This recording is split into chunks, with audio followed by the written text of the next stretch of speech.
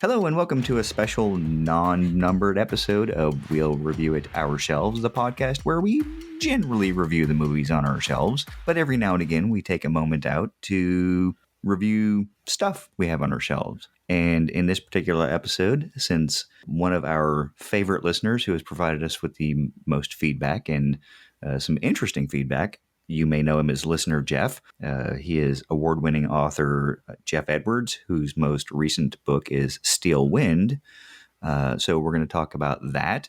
We're going to talk about all of Jeff's books, and we're going to talk about what's on Jeff's shelf, because that's what this podcast is all about. Probably more about the movies and stuff. So, Jeff, can you tell us a little bit about yourself?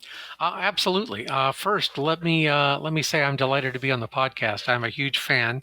If you haven't figured that out by my comments and ratings by now, I will eventually give myself away, because I am a huge fan of the podcast. I really enjoy it. I kind of dance around the office as soon as I realize a new episode has dropped, so everybody knows how happy I am when that happens. Thank you for that. No worries. Having listened to quite a few podcasts, there's a lot of stuff out there that I don't enjoy nearly as much. I'm very choosy about the podcasts I listen to. And there's only 3 that I'm listening to right now on a regular basis. And you guys are at the top of the list. So about myself, let's see. Grew up in South Georgia, retired Navy chief. Like you, used to chase submarines for a living, which is a strange thing to do for a living. Somehow or other, in the middle of all that, I ended up writing some novels. So, I don't know, nerd, science fiction fan, naval warfare specialist, jack of all trades, and all around kind of strange person. I think that sums it up nicely. That last bit is actually my favorite part, so just letting you know.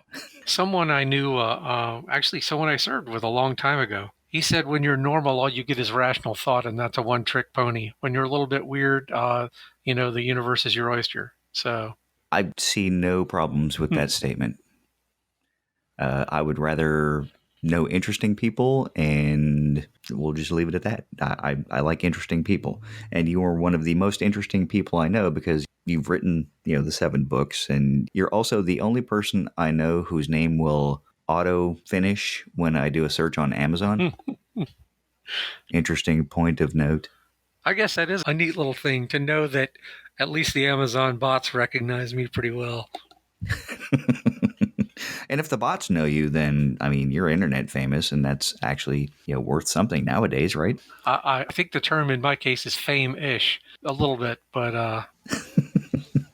So your most recent book is called Steel Wind, which, for our listeners, I read as an advanced reader when the working title was Steel Wind Rising. And one of the questions that I did want to ask before we get to talking about the book is, when you title a book, do you workshop that out, or you come up with the title and then it's changed by someone, or someone suggests it? How does that work for you? I don't think you could say that I have a reliable process. It's gone all kinds of different ways. The book you probably know as Dome City Blues originally started out as Smoke and Mirror Shades. I remember. And yeah, you probably do.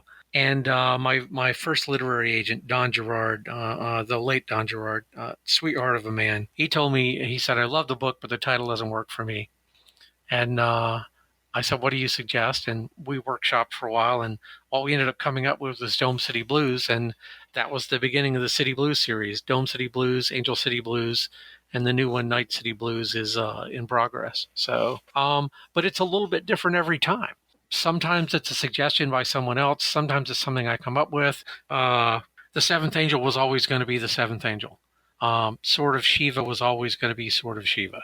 Neither one of those titles changed anywhere along the way. But I think every other book title I've ever had has gone through at least one metamorphosis and through one change, for better or for worse. And it's a little different every time. So I guess you could say I don't have a process for that part. It just kind of happens. That's quite interesting, because I know from what I've read online, there are some authors that will strictly workshop, some that will say, no, this is my title, and move from there. So I think it's actually seems like it's more fun to kind of not know, where you start with a title and then you sort of end up with like, oh, you know what, this actually works better. Yeah. Well, that is absolutely what happens to me. Torpedo, or actually Sea of Shadows, started out as Emergency Tango, which became Torpedo, which became Sea of Shadows. So it goes through a process. I actually have 2 copies of Torpedo. For our listeners, Jeff and I have known each other for some time, so the fact that I have it and it's named Torpedo is not outside the realm of possibility. And I had bought 2 copies, had one signed for me, and because it's going to be worth money one day, and had one signed for my mom, and I gave it to her for Christmas.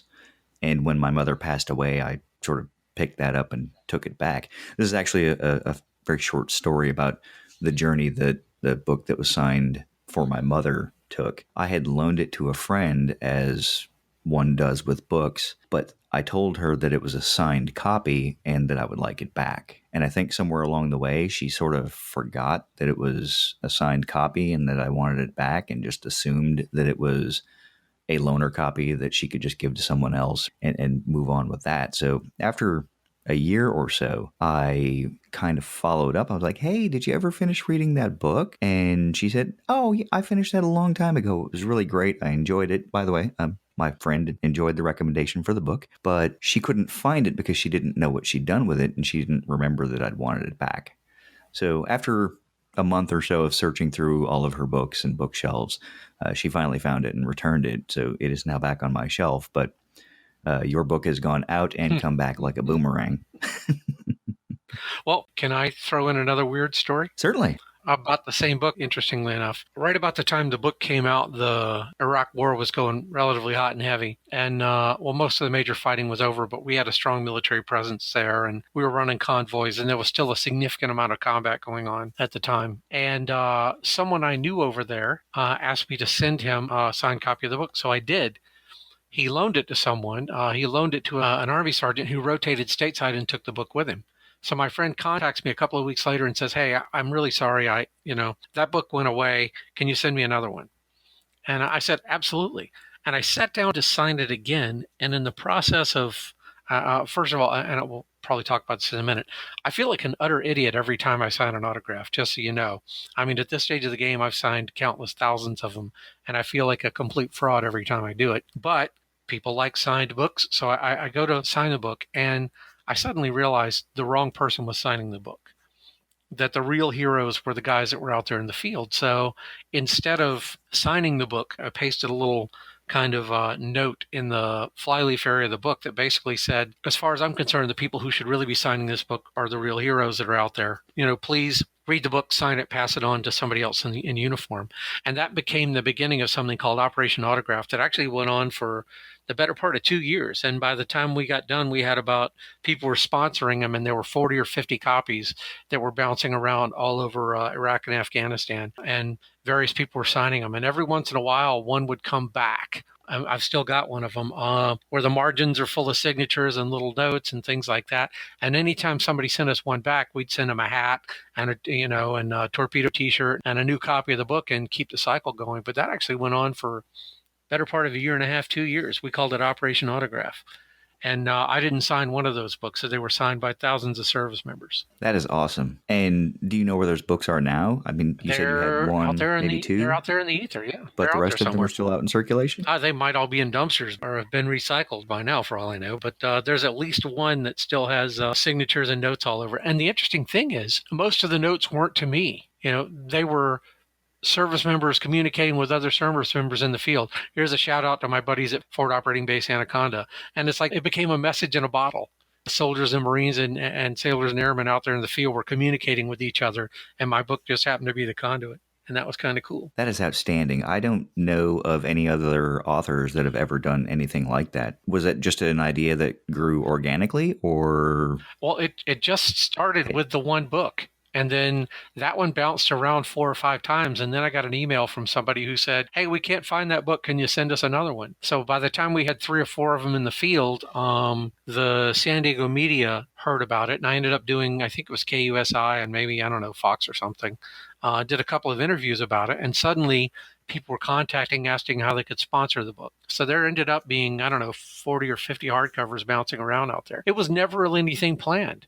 It was just a spur-of-the-moment thing that the snowball kept rolling. I think that's some of the best plans, though, that the best things that occur are spur of the moment. Like, I don't know, it just seemed like a good idea at the time, and it grew into something far beyond what I had originally envisioned. Yeah, exactly. And the interesting thing is, I mean, with the exception of the Wrong Army, that's the closest I've ever had to anything going viral. But it didn't go viral on the internet; it went viral in the real world. Which is actually better, I would posit. I don't know. I'd be happy either way. I just think that's cool. Yeah, fair enough. And it's the good kind of viral, not the Yeah, true. not the you got ill. So this conversation started rabbit hole, as we like to call them on this podcast, because we started talking about Steel Wind Rising, and the way books get named, and that morphed into discussion about Torpedo. So let's bring it back to Steel Wind for a minute. Can you tell us a little bit about the plot of the book? I mean, I've read it, just, for our listeners. Yeah, to put it in a nutshell, a routine Coast Guard inspection of a ship in the Puerto Rico area turns into a firefight.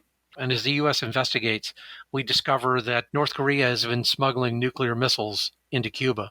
And it ends up becoming the second Cuban Missile Crisis. And the U.S. president does what John F. Kennedy did, which is order a naval quarantine around Cuba to stop anything else from getting in there, and tensions go up and what have you, only to and that's when we discover that North Korea has a secret weapon that basically starts cutting the blockade ships to ribbons.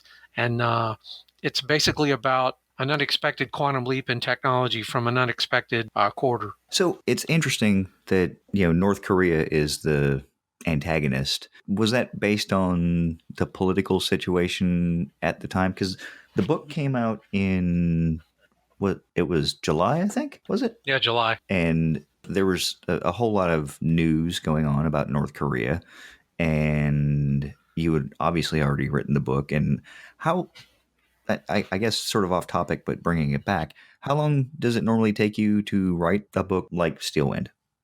I think the best answer I could give to that is about 18 months. The actual writing part goes faster than that, but when you count getting the idea, mapping it out, figuring out kind of what the story arc is, and figuring out what the major pieces are, the major plot elements, and then doing the research, and then writing it and rewriting it and what have you, I'd say start to finish, 18 months is a pretty good guess. So in that 18 months leading up to July, there were missile tests going on in North Korea, nuclear tests going on. It all dovetails quite nicely into the book, and then the real world intruded and maybe changed the dynamic. Did you have any thoughts about that? Well, a couple of things. The first thing is it was longer than 18 months for this book.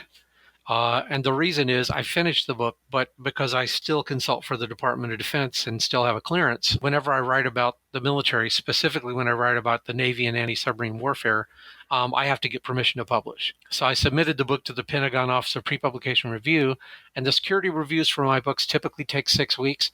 This one took about not quite 11 months. So really, I was expecting the book to be in print a full year before it actually was. So you have to back the political situation up, not 18 months, but 28 months to get to when I started the book. And the interesting thing is, I wasn't really watching what was going on in the news. I mean, I was conscious of it at some level, but that wasn't how the book came about. The book came about because of 2 dinner conversations on 2 different evenings that I had with my wife. The first one, we were sitting there having dinner, and I was finishing up Angel City Blues at the time, so I was still kind of in science fiction detective mode. But she knew that I liked to kind of alternate between science fiction and military thrillers, so I was going to be working on another military thriller. And she said something like, I don't think I've seen a really good military thriller about North Korea. She's like, Teeth of the Tiger, that was interesting and what have you, but I don't really think anybody is seriously, other than North Korea invading South Korea and the Second Korean War, I don't think I've seen anybody do anything new and interesting. So that was percolating in my head. And then maybe a week later, she looked at me across the table, and we weren't talking about writing that time, and she said, have you ever wondered if there could ever be a second Cuban Missile Crisis? It was like the light went on in my head and the heavens opened up and the angels sang, and those 2 ideas came together, and then suddenly I went, bam, there you go. Because North Korea... Were there 7 angels? Yeah, 7 angels. Oh, well, yeah, 7 of them, exactly. because North Korea's short and intermediate range nuclear missiles are mostly carbon copies of very successful Chinese and Russian designs. Their short and intermediate range missiles are spot on, very good. They're having a little trouble with their long range ICBMs. They'll get it figured out. Their learning curve is actually not much longer than ours was when we were figuring it out. But their short and intermediate range missiles are spot on. They're extremely capable.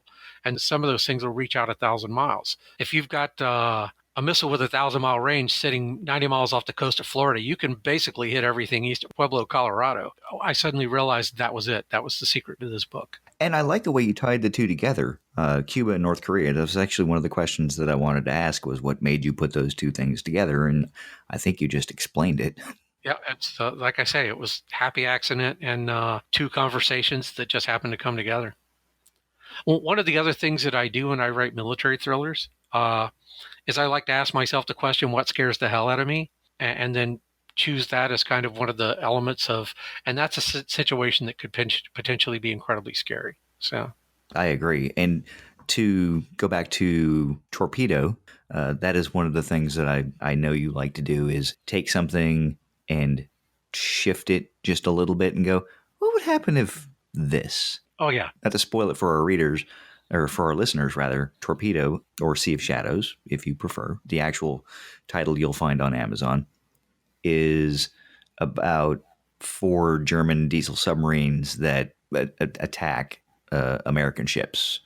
And it's kind of one of those things like, what do you do when everybody knows the playbook? It'd be like Alabama playing themselves in football and going, well, we know how to stop every single play you have, so you kind of have to think on the fly and be flexible. Yeah, exactly. It's kind of about what happens when an ally becomes an enemy and when they know how you think and how you communicate and how you fight. And the thing is, it's basically socioeconomic circumstances that drive the North Korean, the still recycling to steel wind, that drive the German government to make some bad decisions that result in a conflict that nobody wants. But that's the big thing there, which is, and you hit the nail on the head, which is what happens when your ally is suddenly an enemy, and you have to fight somebody who knows how you fight. Yeah, and then again, going back to Steel Wind, what do you do when your enemy makes a deal with the devil with another kind of enemy? Yeah, absolutely. It was a really interesting read, and for our listeners, I highly encourage it. It's on Amazon, and we'll put a link to that in the show notes. And one of the other things I did want to mention, and we'll brush up on it again, I just want to ask the question, are you still doing the Navy Marine Corps Relief Society fund drive? Yeah, I absolutely am. For actually the rest of this month and all of December 2018, for every copy of the book that sells, regardless of format, we're donating $2 to Navy Marine Corps Relief Society. And I know we're going to have an ebook promotion somewhere in the middle of this that where the price of the book's going to drop to 99 cents briefly, which means that I'm actually going to be losing money on some of these. We don't care. Navy Marine Corps Relief Society is a fantastic organization, a fantastic nonprofit. They've been rescuing sailors and Marines and their families in trouble since before the First World War, for more than 100 years. And they've done it without a dime of taxpayer money. And they rescued me and my family and I a very long time ago. And I wanted to do something for them. So, yeah, absolutely. Every copy of Steel Wind that is sold until basically January 1st of 2019, I'm donating $2 to Navy Marine Corps Relief Society. That's outstanding. I applaud you for that. When I was in the Navy, I gave to Navy Marine Corps Relief every year that I had an opportunity, and more than just the minimum, because it's important that we help our shipmates out. I mean, that was my driving force. So yeah, absolutely. Well, and you were a senior chief, you were a senior chief. I was a chief. I mean, at least 4 or 5 times when I was a chief, I ended up sending my junior sailors in trouble to Navy Relief and say, look, these guys are going to help you with financial counseling. They're going to help you do this. They're going to help you do that. They provide, coming home from the hospital kits, with layettes and diapers. Little tiny baby sailor hats. Yeah, little baby sailor hats. But it's like, not only do they provide financial assistance, which they do, sometimes it's in the form of grants, sometimes it's in the form of loans. Not only do they do that, but they also try to teach sailors and Marines how not to get in the circumstance where you need that kind of help again. How to manage their money better, how to plan, how to budget, how to sock away a little bit extra for emergencies, and basically just help them, as the old saying goes, learn to fish, so you don't have to keep feeding them. Yeah, just closing up that analogy. You teach a man to fish, he eats for life. Yep, that's a friend of mine used to say, "Give a man a fish, you feed him for a day. Teach a man to fish, and he'll sit in a boat and drink beer."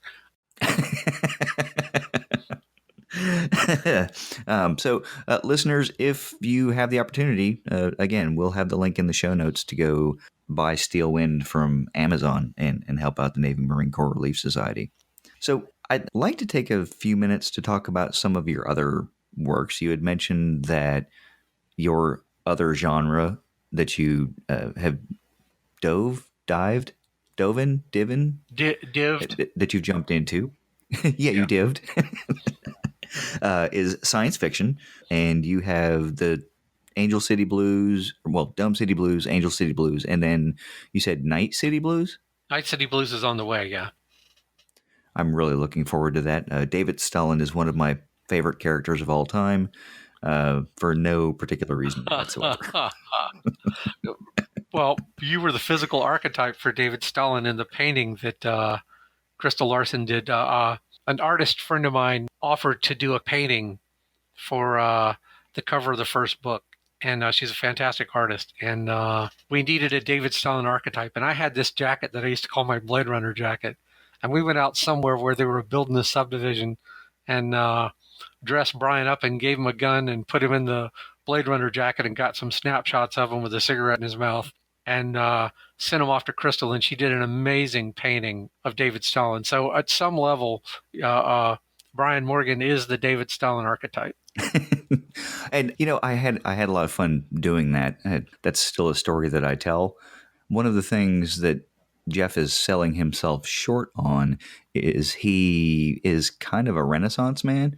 He not only writes, but he does digital graphics on the computer, and he went in and made me look much better than I actually do. The joke I've started using recently is I've got a face for podcasting, but but he also made the gun look more impressive and made me look muscular. So it was a lot more Jeff working on a final product that he wanted to give to Crystal than it was just me looking all handsome and suave and debonair. No, you were pretty handsome and suave.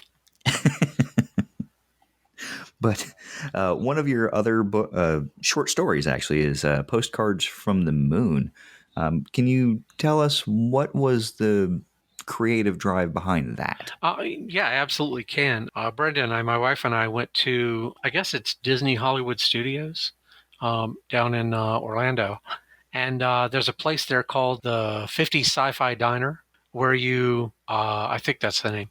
But essentially, it's indoors. But when you walk into the dining area, it's like being outdoors. All the tables are in these fiberglass mock-ups of cars, and it's like being at a drive-in movie theater, and it's surrounded by wooden fences, and it looks like you're in a drive-in movie theater, and there's a great big drive-in movie screen, and they're showing 30-second clips from every cheesy black and white sci-fi movie you ever saw. Plan 9 from Outer Space and Radar Men from the Moon and Roman, Robot Destroyer, or whatever. It's pretty much, they're all up there. Food was pretty good. We enjoyed it, and I enjoyed all the clips and everything. We walked out of there into the sunlight, and that's one of those things like walking out of the Pirates of the Caribbean, where you've been in the dark and it looks like it's nighttime, and you walk out and it's noon, and you're completely shocked because your brain has accepted the illusion that it's nighttime. So we walked out into the sunlight, and I just said the words "Postcards from the Moon," and Brenda said, "What does that mean? Was that one of the posters in there?" And I said, "No, it's just a phrase that popped into my head." She said, "What does it mean?" I said, "I have no idea." And when we were riding on the bus, the shuttle bus back to our hotel, I got the idea for the story. And this was a case of, you talked about, where does the title come from? And this was a case where it was the title first and then the story. And between the bus ride back to the hotel and the flight back to San Diego, I wrote the entire story in longhand and then typed it up. And actually, even though it's a short story, it's one of my favorite things that I've ever done. It's probably the closest thing I've ever written to a Ray Bradbury story. I equated it more to Robert Heinlein, some of his earlier works. I would be absolutely flattered to think of it in those terms. And I downloaded it as soon as it was available and read through it. And I mean, it's just an absolutely fantastic little short story about. Well, I'll let you tell it. I mean, yeah, whatever you want to give away without spoilers. It's is the term epistolary. It's a story where 90% of the story takes place in a letter. It's an old gentleman named Papa Hank communicating with his grandson Doug, whom he still calls Dougie. But Papa Hank has disappeared from the elder care facility where he lives. It's basically a nursing home, but they don't like to call it that. He's just vanished, and he's vanished under conditions that, well, it shouldn't have been possible for him to vanish. And his grandson, uh, uh, while everyone's searching and trying to figure out where this half-blind and arthritic and partially and mostly crippled old gentleman has tottered off to, his grandson gets a letter that. And when he reads the letter, he only has two choices. He either has to believe that his grandfather's gone completely off the rails and he's absolutely insane, or the nature of reality is not what we think it is. And it digs back into his childhood and what have you. But it's about hope, and it's about the future that we used to imagine that somehow somewhere along the way we stopped thinking of. And it's about the possibilities for exploring the universe around us. So it's by Ray Bradbury's story. Okay, and that's one of the things that I actually like about it is the reality is not what you think it is. And exploring the universe. I mean, not just it's postcards from the moon. So at some point the moon is involved, or it's just someone and referring to it. Yeah, and postcards is a little bit of both. It's in the title. In fact, there literally are postcards from the moon in the story. So, but the exploring the nature of your own reality and realizing that, oh wait, that's not the way I thought it was. So. It's definitely, I can't recommend this short story highly enough to our listeners. And I don't want to pick a favorite of Jeff's books. I mean, that's, but this is my favorite short story. So. Oh, thank you. I appreciate it. I wish more people knew about it, which again, hopefully, with the podcast and everything, but it's one of those things that I recommend to people because it's a quick read and it's very poignant and it has meaning, which to me is what makes a short story worthwhile. So, well, thank you. There's it's funny you talk about not many people knowing about it. I think it's a great story. I love it. I mean, obviously I wrote it, and I try to only write things that I'm going to like. But one of the things I've discovered that's kind of interesting is that, and maybe this stops happening when the size of your audience reaches a certain size. I don't know. But the interesting thing is I have, in the months leading up to the release of a new military novel, I will receive hundreds of emails from people or pings online asking me when the new book is going to be ready. When's it going to be ready? When's it going to be ready? Can't wait, can't wait, can't wait.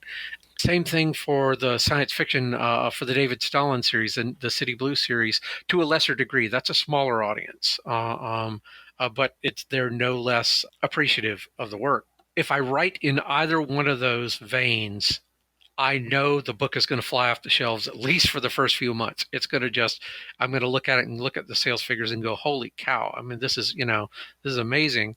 That didn't happen with Postcards from the Moon. I didn't expect, because I don't write a lot of short fiction, I didn't expect it to have quite the same degree of popularity, but I also didn't expect it to kind of vanish without a trace, and it almost has.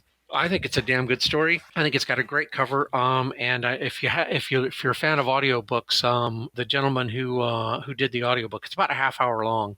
He just completely nailed it. He crushed it. It's a lot of fun. But it's one of those things where I always assumed that my popularity in the two genres that I write in would at least mean that I'd get a reasonably good audience for this. And they're like, nope, we like you for A, we like you for B. Stop trying to do C. We're not interested in that. Do A or do B, we're fine, but not so much with the C. I wonder if the Stephen Kings of the world, the people who can sell, and please don't take offense to this. I mean, the people that Oprah will stand up and go, "Oh, hey, this new book is out," or whatever, or like John Grisham that will have actual television advertisements, so the book is coming out. I wonder how often they have a similar experience, or is it just a lot of people like, I don't know, it's so and so name, and I have to read it because it's got that name associated with it? I don't know. That's a good question. I have the impression that John Grisham, when he got away from the legal thing entirely, I don't believe his book A Painted House had the same kind of success that his legal thrillers do. I think he got outside the genre and tried an experiment, and I think it was relatively well critically received, and I think it did okay, but it didn't explode. It didn't explode. I don't know. That's a good question. As far as I'm concerned, at this stage of the game, there are some writers I would read their laundry list. It's if they wrote a grocery list, I'd read it. J.K. Rowling is one of them. I had actually already read the first Cormoran Strike novel, The Cuckoo's Calling, which is written under a pseudonym, Robert Galbraith. I would have never known that was J.K. Rowling. I will say this: I was a little bit depressed when I found out it was J.K. Rowling because I'm like, good God, she has to be better at me than this too. It's like she just nails the detective. It's like she just crushes it. And I'm like, this is like the freshest take on the detective genre that I have seen in forever. And I love it. And the books are just brilliant. And then I'm like, oh, wait a minute. That's Joe Rowling. I thought it was this Robert Galbraith guy that nobody ever heard of. But, her stuff is taken off. That was a case of, I think at this stage of the game, it doesn't matter what she writes, people are going to buy it. But the good news is she makes it worthwhile. Even the standalone novel that she did after the Harry Potter series before she did the first Cormoran Strike, The Casual Vacancy. That is, in many ways, a supremely depressing novel, and I'm not sure I'm ever going to read it again, but it was brilliantly written, and it needed to be written, and it's the kind of thing that everybody needs to read once. I'm not sure I could make myself read it twice, but it's like it seems like every time she decides to do something, she just crushes it. She knocks it out of the ballpark. And I don't know, maybe that's not my thing, but I will say this. My goal is to continue writing books that entertain me. As long as I'm doing that, I'm a happy camper. And that was actually going to be related to my next question, was how long are you going to continue to write? And when you write, are you writing for the audience, obviously, but you're writing for an audience that wants to read what you would want to read. Is that a fair statement? Yeah, I think it is. I mean, I always hope people will read something if I write it. I mean, obviously you don't want to invest 18 months of your life in something and nobody but you reads it. But I'm really writing for myself first and foremost. Every once in a while, it's been a while since I've done it, but every once in a while I'll teach a writing class. And one of the things that I always write on the board is, if you can make yourself blank, you can make your reader blank. If you can make yourself laugh, you can make your reader laugh. If you can make yourself cry, you can make your reader cry. If you can make yourself afraid, you can make your reader afraid. I think if you can't impact yourself with what you're writing, then you're never going to impact anybody else. So I'm always trying to crack myself up or scare myself. I'm always my first reader. So while I'm hoping people will read it and enjoy the things that I do, in the end, I'm writing the kind of books I want to read. And I mean, I don't think I can add anything to that. That's actually, I think, what a lot of people want to write for. So this dovetails into sort of one of the things that I kind of wanted to talk about is, quite a number of years ago, you had explained to me a concept called mice. And I'm hard pressed to remember what MICE stands for. It's an acronym, and it's the four different aspects of writing. I wish I could remember where I stole it from. I will tell you, I will say straight up, I have studied the art and the craft of writing for many, many, many years. I've read so many books on writing that I couldn't even tell you all the titles. And there are probably 80 books on plot, theme, what have you, on my shelf right now. But somewhere along the line, I came across some fiction writer who was writing about the elements of fiction, and he or she, and I honestly don't remember which, said that you could divide most stories into four major categories, and they were MICE: milieu, idea, character, event. A milieu story is almost like Lord of the Rings. Lord of the Rings is it's a journey through Middle Earth. If you take the major events that happen in that story and strip out all the journey and all the traveling through the Midgewater Marshes and just go to the key events that are in there, you would have ended up with a 70,000 word novel, as opposed to this massive behemoth, 1,000-page long book. But you wouldn't want to do that, because that story is about the journey. It isn't about Frodo destroying the ring at the cracks of doom. It's about the journey that Frodo and Sam and everyone else takes to make that possible. So that's a milieu story. Then there are idea stories. I think 2001 is an idea story. What would happen if almost any story that begins with the words "what would happen if" is probably an idea story. Character stories are entirely about the character. They're entirely about this person. Forrest Gump is a character story. I mean, it doesn't matter where you drop him. It's about Forrest and what happens to him and how he interacts with the world. And then there are event stories. Event stories are about this thing that happens. With Titanic, if the ship doesn't hit the iceberg, you don't have a story. It's a ship crosses the ocean. But that's mice, milieu, idea, character, event. And very few stories are only one of those. Very few stories are only milieu stories or only character stories or only event stories. But most stories have a tendency to be primarily one of them. I would say I tend to write idea stories for the most part. I was going to ask which part matters more to you from a reader, and you said you're writing for yourself as a reader yourself. So I guess idea would be the answer to that question. But do you try to make sure that you incorporate like an even-handed approach to once you get the idea and it becomes the idea story? Do you go, okay, now I really do need to have interesting characters, or the characters driven by the idea because they have to be the characters that are in the place? That to me is kind of interesting because I can't write about a character until I know who they are. I like to say as kind of a writing exercise, if Bob walks into a room, what does he do? We don't know because we don't know who Bob is. It's like, we don't know if Bob is a 7 foot tall hulking giant, a biker, or if Bob is a weaselly little accountant. We don't know who Bob is. But if I tell you James Bond walks into a room, what's he do? He's going to drink a martini, shaken, not stirred. He's going to drop some kind of urbane and witty one-liner. He's going to whip a laser beam out of his watch, and he's probably going to get the girl. If Indiana Jones walks into the room, you know what Indiana Jones is going to do. When you talk about people, you talk about how they're going to react. You find yourself saying things like, oh my God, do not get her started on politics. Or whatever you do, don't bring up religion in front of Grandpa because he's going to get angry. As we get to know who people are, we start to make predictions about how they're going to act. Yes, we do. We've got a pretty good idea of which one of our relatives is going to try to be in the restroom when the check shows up for the family dinner, in a restaurant. Who's going to try to be somewhere else when the check shows up? We've got a pretty good idea who's going to try to pay the check every time. We've got a pretty good idea of who wants to do it mathematically. We learn who these people are. And as we learn who these people are, we start to make predictions. I can't write a story about people until they're that real to me. I can't write a story about somebody until I know how they voted in the last election and whether or not their sock drawer is organized and what scares them and things like that. So while I start out with these ideas, my stories are very strongly about the people. But for me, it starts with the idea. What would happen if this? Okay, and that's actually one of the things I think you touched on it earlier a little bit, and one of the praises, one of the elements of praise, one of the pieces of praise that you've received is your military thrillers, especially, tend to be about normal people, not James Bond or Indiana Jones. They're not superheroes in regular clothes. Or rather, they are.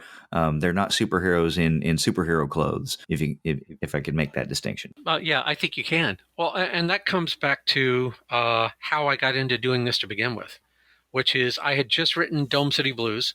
I was very proud of it. My agent started shopping it around New York, and we eventually got into this kind of joint book movie deal that where the rights got tied up for a while. The movie didn't end up getting made, but we had a lot of fun playing with Hollywood in the interim, and eventually I got the rights back and published it. But as my agent, the same guy, Don Gerard, was shopping the book around New York, around the major publishing houses. 2 or 3 times, somebody came back and they looked at my bio and they went, "This guy's an anti-submarine warfare expert. Why isn't he writing military thrillers?" And Don comes back to me and says, "That's a good question. Why aren't you writing military thrillers? I've been to your place. I've seen your shelf. You got Tom Clancy. You've got Dale Brown. You've got Michael DiMercurio. You've got Edward L. Beach. I know you love this stuff. Why aren't you writing it?"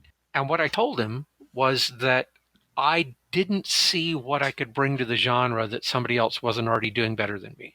I didn't think I had anything fresh to do in the genre. So he bugs me off and on for about a year about writing a military thriller. And finally, he says, I'll make you a deal. He comes to me and he says, I'll make you a deal. He says, if you write me 10 pages of a military thriller, as God is my witness, I will never ask you for page number 11. If you don't want to write page number 11 on your own, I'll never ask for it. So I sat down to bang out 10 quick pages. And frankly, I didn't want them to be very good. I really didn't, because I didn't want him bugging me to write the rest of the book. So in the Navy, we used to call that sandbagging. I don't know what the civilian equivalent that is, but I was basically, my intent was to sandbag him, which was to give him 10 pages of not so good work, so that he would leave me alone and realize this was not the route that I needed to be taking. And 19 hours later, in a state of complete exhaustion, I went and crawled back into my bed and went to sleep. I worked almost completely around the clock, and I was completely in love with the story. What I had discovered is that I could write a military thriller about ordinary people, where there's no Tom Cruise character. I like to say that most military thrillers are populated by somebody I call the guy. He's usually got perfect teeth and washboard abs, biceps of steel. He fights like Jet Li. He shoots like a sniper. He can fly an F-18. He can defuse a bomb. He can ride a motorcycle, get the girl. It's like, I was in the Navy 23 years. I never met that guy. What I met were ordinary men and women who worked together to accomplish extraordinary things. And you, by the way, being one of them. And not so much with the woman thing. You're Thank an you. ordinary man. But as far as I know. I can't be an you ordinary can if woman. you want to. I'm certainly It's not going to go 2018. imposing genders on you here. But that was the thing that I discovered that I could do, and people responded to it.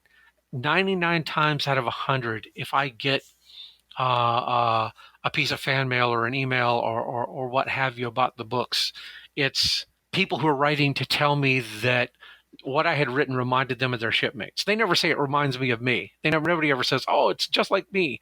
But I remember these people. These are the kind of people I served with. This is the kind of things we did. These are the kind of mistakes we made. This is the kind of foolishness we got up to. But I want the average person to pick up the book and see a mirror that reflects themselves and not see a picture of Tom Cruise or Angelina Jolie.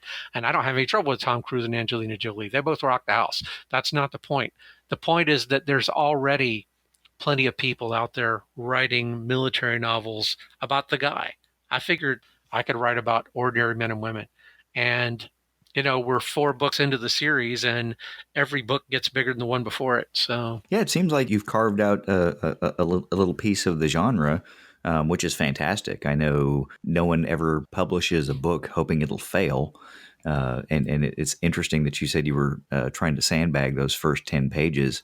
But knowing you the way I do, I think you're selling yourself short, because I don't think you could ever do that. I don't think I could either, actually. I'm not very good at that. I always think I'm going to take the easy way. I always think, oh, yeah, I'm just going to, one of the things that happened in The Seventh Angel, and this is just about not being willing to take the easy way, but there was a scene in the book where I'm trying to establish the capabilities of this submersible robot, this underwater robot called Mouse, a multi-purpose autonomous underwater system. And he's rescuing this submersible on the bottom of the ocean. And I wrote the chapter about 5 times, and I wanted it to be this pulse-pounding kind of adrenaline flooding thing, and it was never working. And the reason it never worked, I eventually realized, because I had never allowed you to bond with the people on the submersible. I'd always done it from outside the submarine that was in trouble, and it was like a video game. It was blips on a screen, and there wasn't any human investment. So I thought, I'm going to go back and write a chapter where we get to know the people in the submersible right before the accident that traps them on the bottom of the ocean. So now we have some emotional investment in them. Well, I realized the perfect character for this was a character I'd already created for the book named Charlie Swigert, who was supposed to be the technician who operates Mouse. So I stole my own character, pulled him forward in the novel like 3 chapters, and stuck him in the seat of the submersible, and suddenly the chapter came alive, and everything works, and everything's happy. And I thought, when I get to the part later where I need to have the submersible technician, I'll use the same character again, but I'll disguise him. I'll make him taller. I'll give him different hair. I'll give him a different name. What have you. But I discovered I couldn't do that. I couldn't shortchange the reader. It had to be a legitimate different person. I couldn't just couldn't just copy my own work. So I decided, well, it's been a while since I've introduced an interesting female character. It'd been 2 or 3 chapters since I'd introduced a new female character. I thought I thought the mouse technician's going to be named Anne Rourke. And as soon as I put her name down in my word processor, Anne Rourke hated the Navy. And I had no idea that was going to happen, but she popped whole cloth into my head, and she hated the Navy. So now I'm in the interesting place of writing a naval warfare thriller where one of the main characters in the story actually hates the Navy. And it took the story in places I would have never gone. But the thing is, it's one of those things where none of that would have happened if I was able to take the easy way out. If I was able to just copy my own character and change Charlie to George, and make him taller and skinny instead of short and fat. And, if I had been able to file the serial numbers off my own character and take the lazy way out, which is what I planned to do, we would have ended up with a completely different book. But as it is, my nature won't let me do that. I end up doing things the hard way. So you discuss Anne O'Rourke and how she hates the Navy, and that just jumped into you whole cloth. Do you find that your characters do that, or are a lot of them just sort of an extension of you? Are they people that you know? What sort of inspires you to create your characters? Wow, this is another case where the process is different almost every time. Some characters just come into my head right off the bat. I know what, I shouldn't say I know what they're going to do. They know what they're going to do. And that's kind of crazy. It's funny. I'll be in here typing away, doing something, and I'll start laughing, and Brenda will stick her head in the door and say, "What's funny?" I'm like, "Dick Stalin just said the funniest thing," and she's like, "Well, that's you, isn't it?" "Well, yeah, but it was David talking." It's like, I don't know. I'm channeling. It's funny because characters will say things I'm not expecting, and they'll do things that I'm not expecting. And I know that's obviously me operating on some subconscious level, but I don't know how to tell you how that happens. Sometimes I do take characters who are intentionally modeled on real people. I've never intentionally modeled a character on myself, but I would like to point out, and so, as someone pointed out to me a long time ago, I wrote the first draft of Dome City Blues when I was on the Paul F. Foster, and seemed like we were having a lot of water shortages, and I was fascinated with taking showers. Every time I got an opportunity to take a shower, I took a shower. Well, sure enough, David Stalin is in the damn shower every time you turn around in that book. He seems to have a fixation on showers. And the other thing is, I was a big-time chain smoker in those days, and damned if David Stalin wasn't a chain smoker. So I think you could probably say if there are insecurities or frailties in a character, it's probably me. And if there are strengths and something heroic in a character, it's probably something I observed in somebody else. So I don't ever intentionally model my characters after myself, but I think my weaknesses and my foibles creep into them. Okay. So even your minor characters, or your minor characters just people that they exist and they're just kind of whole cloth? Well, I don't think there's any such thing as a minor character. I mean, there obviously are from a storytelling perspective, but when you start thinking of them as real people, which they become to you when you're writing, everybody is the center of their own universe. Everybody is, the universe surrounds them. If they're not in a room, they don't see what's happening. So it's like for them, they may not be the protagonist. They may not be in the room or on the spot when the big thing happens. They may not be the architect of whatever the grand designs are, but each one of them is the hero of his or her own story. So to some degree, even if they're only on the page for half a page, they have to be as real to me as, I may not have put as much time into them, but they're as real to me as, somebody who dominates half the novel. That reminded me of a story, and I'm pretty sure you were there for that because it happened when we were both on the Paul Foster together. We were doing an ASW exercise and we were going active, and one of our shipmates was down in the transmitter room for this active sonar, and every time we went active, we would pop about 40 fuses. And in between cycles, he was swapping out fuses so that we could go active again and continue to prosecute the contact. Yep. So when you say everyone is the hero in their own story, you could write a whole book about ASW and the scenario that we did and tracking the contact and all the little details that are involved in that. But if you don't include that half a page or Yeah. 2 pages or whatever of Brad Cantwell down in the space Yes. swapping out fuses. It's not a real story. It's Yeah. just like, yes, that's some stuff that happened. Yeah. And that's the thing. That's the thing that makes it magical to me. That's the thing that makes it interesting to me. It's if you pick up most military thrillers or you watch most movies, they're going to give you the impression that there's one guy who kind of does everything. In real life, it's for a moment in time, the most important person on the ship is the 19-year-old kid standing starboard side lookout who sees smoke on the horizon from this cruise missile that's cooking in below radar. It's like, and then 90 seconds later, the most important person on the ship for this 2 minutes in time is the 23-year-old petty officer from Podunk, Missouri, who's operating the radar. It's like all of these people together. It's like you can't have an orchestra with just the conductor.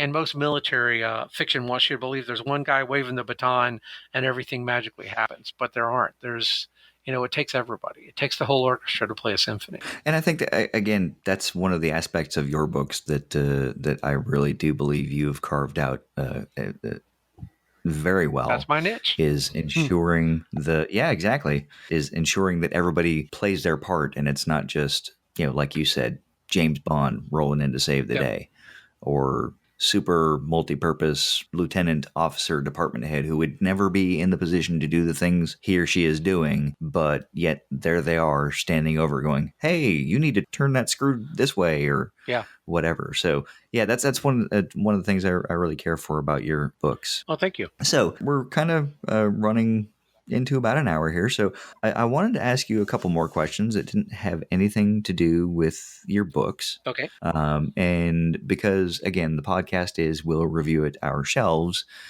we've discussed some of the books that you have on your shelves or on your shelf. What sort of movies would I find on Jeff Edwards' shelf? Well, if you wait a little bit longer, a few more weeks, you'll probably find out in onesies and twosies. So slowly but surely, I've been recommending every movie that I own for the podcast, for the listener's choice parts.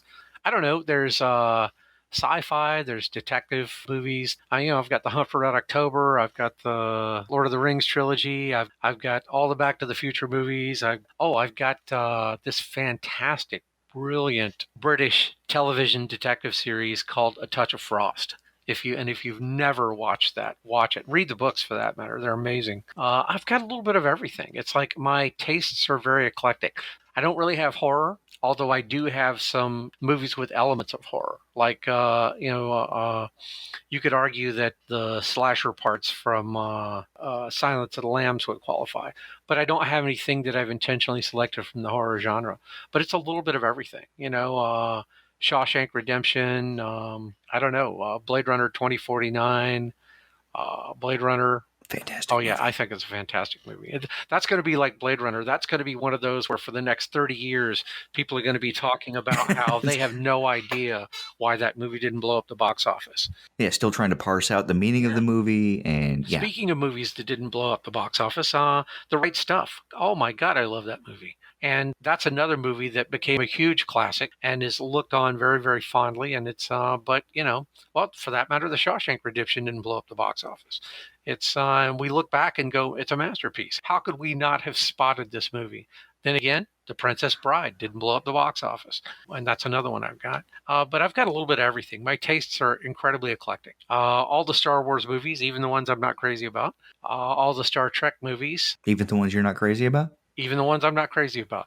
As far as I'm concerned, with the original series, Star Trek, have you ever noticed that the even numbers are pretty good and the odd ones not so much? Mm-hmm. Yeah. The Wrath of Khan was great. The third one, Search for Spock, first one, Star Trek, The Motionless Picture, it was visually stunning and not a whole lot happened. They had 30 minutes worth of movie stretched into, 2 hours and 10 minutes or whatever it was. Well, I read some of the histories about that, and that was originally... The script was originally written to be the pilot for a second Star Trek series. Yeah, it was. Yeah. So, yeah. Well, that was one of those cases, and I think it's interesting. They had just really discovered new ways of doing amazing visual effects. And I think they got so enamored with the toy, they forgot that it exists in the pursuit of storytelling. They forgot to tell a compelling story. Speaking of which, that whole story was basically stolen from a from an original series episode anyway. It's the Changeling. I mean, if you changed V'ger to Nomad, you got the Changeling, and we've already done this story. Yes, I mean, I still like Star Trek: The So Motionless do I. Picture, as you called it. So do I. But yeah, the even numbered ones tended to be better for the original Yep. series related Yeah. movies. I don't know. I've got a little bit of everything. It's what I don't have that I've got to get is Ocean's 8. I really enjoyed that in the theater. I don't know if you saw it. I don't know if you liked it. I really enjoyed it. I didn't see it, and I've known a few people that said that they enjoyed it, but they weren't particularly thrilled by it as much as they liked the Ocean's 11, the first one, which again is a remake, which had been made about 30 years prior to that, which works really well with my 30-year theory. Oh yeah. But anyway, I think your 30-year theory is spot on. I also, speaking of remakes, have a lot of cases where I'll have the original of something and then the remake of it. I have the 1929 Robert Dunant version of The Count of Monte Cristo, and then I have the what was it, 2000 remake that had Guy Pearce and Jim, I don't know how to pronounce his name, Caviezel, I don't know, which I also thought was brilliant. I have multiple versions of quite a few movies where someone will make something in the 20s or the 30s or the 40s and they'll remake it in the 90s or 2015 or something, and I'll enjoy both of them.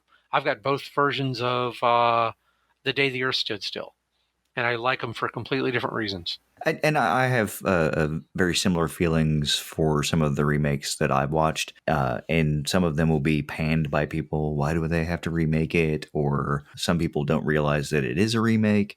I liked War of the Worlds. I love the original 50s version, and I like the Tom Cruise version. Again, for totally different reasons, because it's a different exploration of the theme of the movie, but I still like them both. I'm perfectly, I think anyone is perfectly entitled to enjoy movies on their own merits, remake or not. Yeah, absolutely.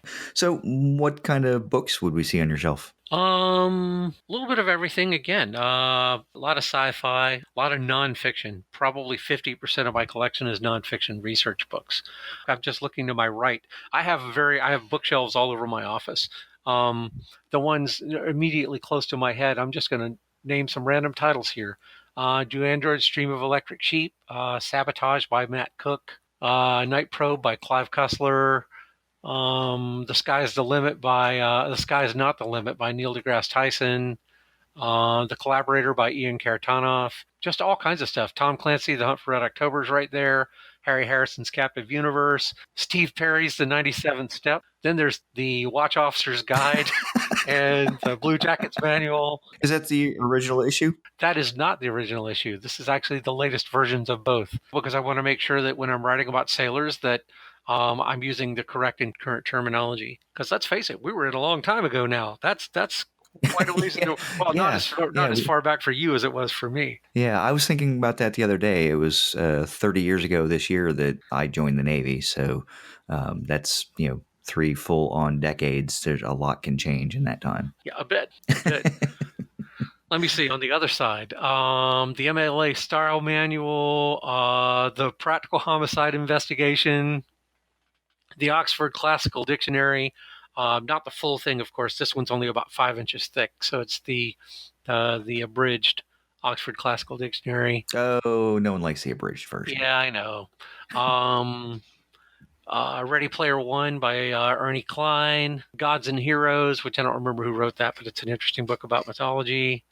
A little bit of everything. Oh, The Idiot's Guide to Submarines. If you ever wanted to know who's got a copy of that, I've got a copy of that. The Sea and Soviet Strategy. A little bit of everything. Oh, The Making of Star Trek. There you go. Outstanding. Going back just a few books, Ready Player One, I have yet to read that, and I did want to say that thank you for recommending that as a movie. I absolutely enjoyed watching it. I still need to watch it again to continue to process. I think that's kind of a Blade Runner-esque sort of movie where it's going to be watched over and over again, and every time I'm going to catch something just a little bit different. And I don't just mean pop culture references or movie references or whatnot, just little bits and pieces about the Oasis and dealing with the psychology of being outside of yourself and being whatever it is you want to be in a different place instead Yeah. of being who you want to be in the real world. So that's I love that exploration. So thank you again for suggesting that. And I still need to read the book. I was really worried that they were going to ruin that. Well, they can't ruin the book. I was really worried that they were going to miss a chance to bring a really entertaining story to the screen. I was really worried. And the thing is, I feel like they had a really good sense of when to deviate. I know people who have looked at the movie, who've read the book and looked at the movie and said, "Well, this part's completely different." I'm like, well, "Yeah, it has to be. It has to be." One of the really exciting scenes that takes place in the book is the character Parzival playing the perfect game of Pac-Man over a period of 6 hours, and all the stuff that happens while it's and while it's compelling in the book, that would be death on screen. 30 seconds of watching somebody play Pac-Man is too much. Uh, uh, you know, it's it's the difference between the media. Funny that I actually brought that up because I'm working on a screenplay based on one of my own book projects right now. And I'm telling the same story in two completely different formats. And I'm realizing there are things I can get away with in the book that absolutely will not work on the screen, and vice versa. Which kind of as sort of wrapping up the thing. So, what can you tell us about what you're working on? You've obviously spoken about Night City Blues and the screenplay. Is that something that we might see soon, or is that something you can talk about? Um, I probably better not talk about it. Okay. I've also, you could get clues if you watch my social media and notice the book that I was mentioning several times that I was working on that I'm no longer talking about.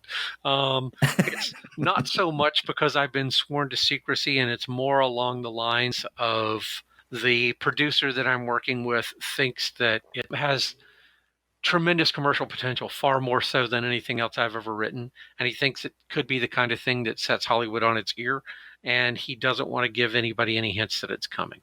So he doesn't want them to Okay. be able to look it up and go, "Oh, it's that thing."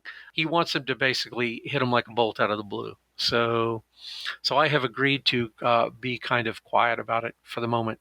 So I'm talking about the fact that it exists, but I'm not talking about what it is, and I apologize for that. I don't mean to be deliberately mysterious. I find it interestingly mysterious, intriguing, in fact. So, we'll keep an eye out for that. I will just say this, and I've always said that I tend to write idea stories. Mhm. I will say that it is, in my opinion, by far the coolest idea I've ever had for a story. Well, I've liked your ideas so far. So, Thank you. It's well. The funny thing is, I at this stage of the game, I'll give away a little bit.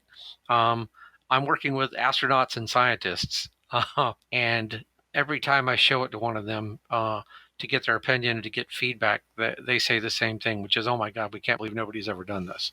So we'll see. Fingers crossed. I knocked on wood. Oh, good. Thank you. I'm here for you, my friend. I appreciate it. So, just closing out, what are some ways that our listeners can reach out to you if they wanted to email you, if they want to see your social media? Oh, probably the quickest way would be to just go to my website, which is jeffedwardswrites.com.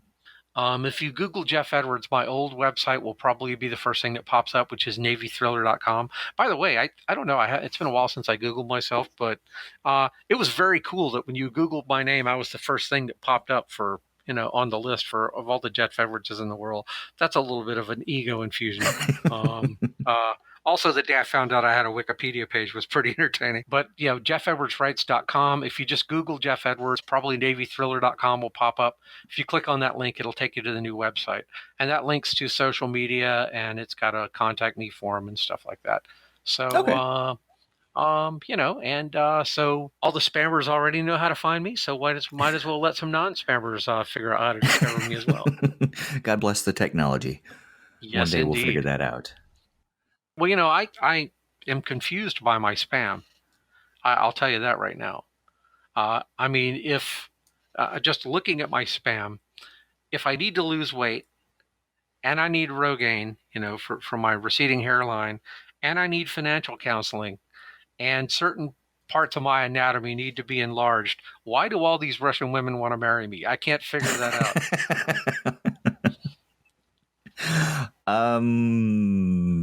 Maybe they think you have enough money to buy all of those things, and that makes it a worthwhile investment.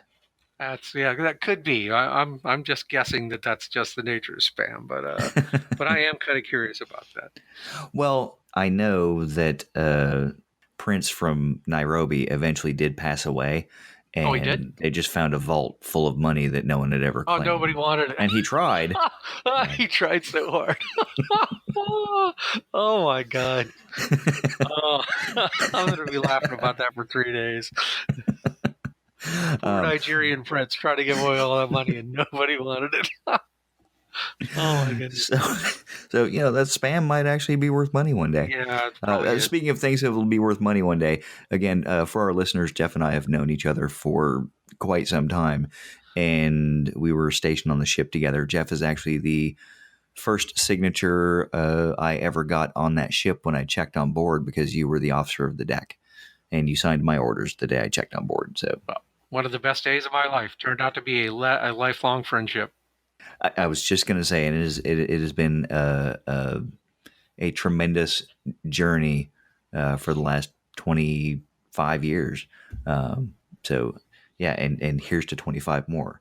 Indeed. So I want to thank you for taking time out of your busy schedule to do this interview. I know it seemed like it was a bit of an awkward request on my end, because I kind of felt like I was taking advantage of a friendship, if I'm being honest. But I've always wanted to interview someone, and for a first interview, you can't go wrong talking to someone you actually know. And thanks for making it easy for me. And here's hoping that this leads to more interviews on We'll Review It Our Shelves. And again, thanks for your time. Oh, you're quite welcome. And I'll just say you're absolutely not taking advantage of me. If anything, I'm taking advantage of you getting on this fantastic podcast, because I love it. Like I say, there's only 3. I'm only permanently subscribed to 3 podcasts, and yours is the one I do the happy dance when a new episode drops. So I love the happy dance. well, and I'm really good at it. You know this from having seen me do it. So I do the happy I dance have. far better than most heavy set Caucasian American males of my age group. That's great. How do I get myself out of this one? Okay, Just edit this part out. Just yeah. Yeah. So, listeners, we will see you. It's funny. I was reading a podcasting thing that said, how many people say we'll see you? Like, I don't actually see my listeners. I don't know. It's just a turn of phrase. But we'll see you with our regularly scheduled episode, whichever one this falls between. And we hope you enjoyed the non-numbered super special interview episode. Well, I hope you enjoyed it too, and thank you very much for inviting me.